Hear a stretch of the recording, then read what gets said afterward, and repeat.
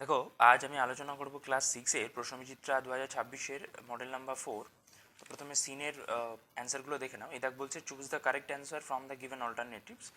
প্রথমটা হচ্ছে Alicia was the eldest child. 2 নম্বর হচ্ছে the queen's father had been a medical man. B দেখ বলছে অ্যান্সার দ্য গিভেন কোশ্চেন্স। প্রথমটা হচ্ছে who looked after the several children of the king. তো এর অ্যান্সারটা দেখে নাও।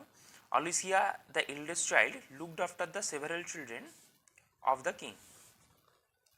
2 নম্বর বলছে how much salmon did the king want to buy. এটার উত্তর হবে the king wanted to buy a pound and a half of salmon. 3 নম্বর হচ্ছে who came running after the king. এর অ্যান্সারটা হবে the fishmonger's errand boy came running after the king. 4 নম্বর হচ্ছে why did the king stop at the fishmonger's shop. এর answer হবে the king stopped at the fishmonger's shop because he needed to buy a pound and a half of salmon which the queen had requested him to send home. C দেখো true false করতে বলেছে। এক দেখ হচ্ছে before buying fish the king noticed an old woman, এটা false হবে। 2 নম্বর হচ্ছে the king had several children, এটা ট্রু হবে। এবার পোয়েম সেকশনে দেখে নাও, দুয়ের একটা কারেক্ট অ্যান্সার চুজ করতে হবে। প্রথমটা হচ্ছে the little kite thought it could not be দেখ হবে ফ্লাই। 2 দেখ হচ্ছে the big kite told the little kite to try. B দেখা হচ্ছে complete the following sentences information from the text থেকে নিতে হবে। আচ্ছা, প্রথমটা হচ্ছে the big kite rose towards the tranquil sky. 2 নম্বর হচ্ছে the little kite's paper stirred at the sight. 3 নম্বর হচ্ছে the little kite looked at the other thing high over his head. C এর দাগেরগুলো দেখো। প্রথমটা হচ্ছে what did little kite reply to the big kite's advice. এর অ্যান্সারটা হবে the little kite replied to the big kite's advice by saying I am afraid I will fall. দুইটা হচ্ছে what made the little kite's paper stir at the sight of the tranquil sky. এর answer হবে the sight of the big kite rising toward the tranquil sky inspired and stirred the little kite's paper filling it with a desire to fly. 3 দেখ হচ্ছে what did the big kite fear. এর answer হচ্ছে the big kite fear that the little kite would never learn to fly at all if it did not try. এবার unseen passage দেখে নাও। 3 দাগ বলছে Pandit Ishwarchandra Vidyasagar's mother was a noble lady. Pandit Ishwarchandra বিদ্যাসাগরের মাতা ছিলেন একজন মহীয়সী নারী। She love to live among the poor villagers. তিনি ভালোবাসতেন দরিদ্র গ্রামবাসীদের মাঝে থাকতে and do good to them, এবং তাদের ভালো করতে। Once Vidyasagar went to see his mother in winter. একবার বিদ্যাসাগর শীতকালে তার মাকে দেখতে গেলেন। His mother had only an old cotton শল। তার মায়ের ছিল কেবলমাত্র একটা সুতির শল বা চাদর। অ্যান্ড শি ওয়াজ ওয়ারিং ইট, এবং তিনি এটা পরিধান করেছিলেন।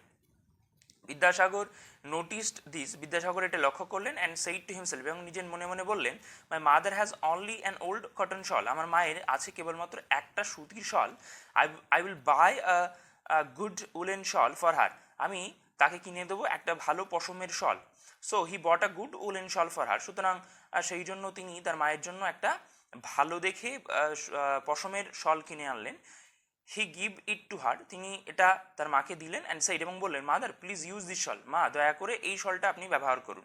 ইয়ার cotton shall isn't worm.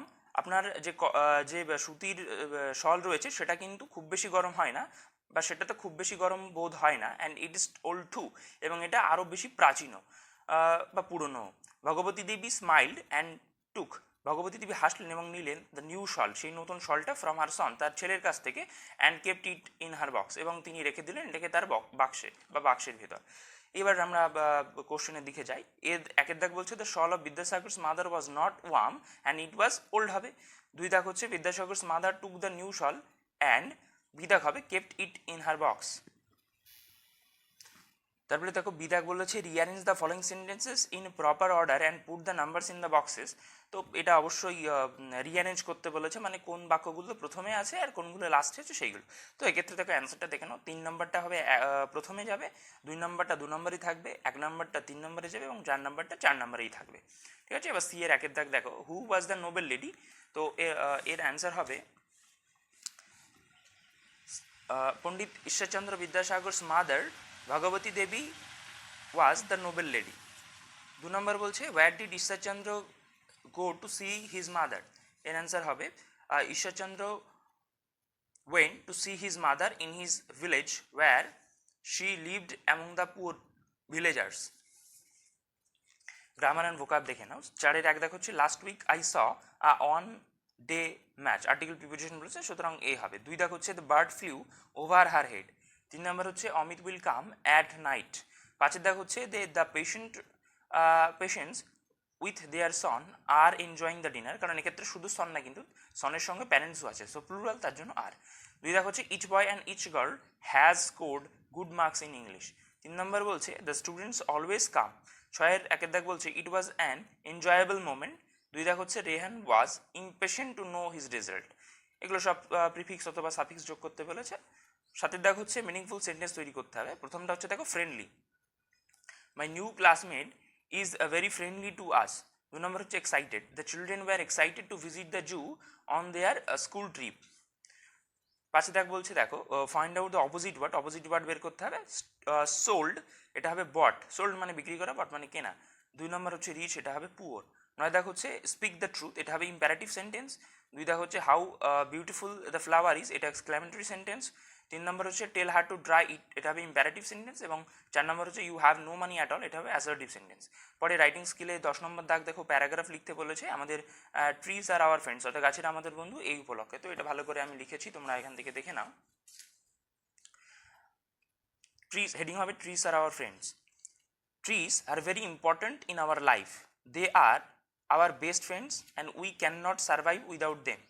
Trees gives us fruits to eat, flowers to admire, shade to rest under, and wood to build our homes and furnitures.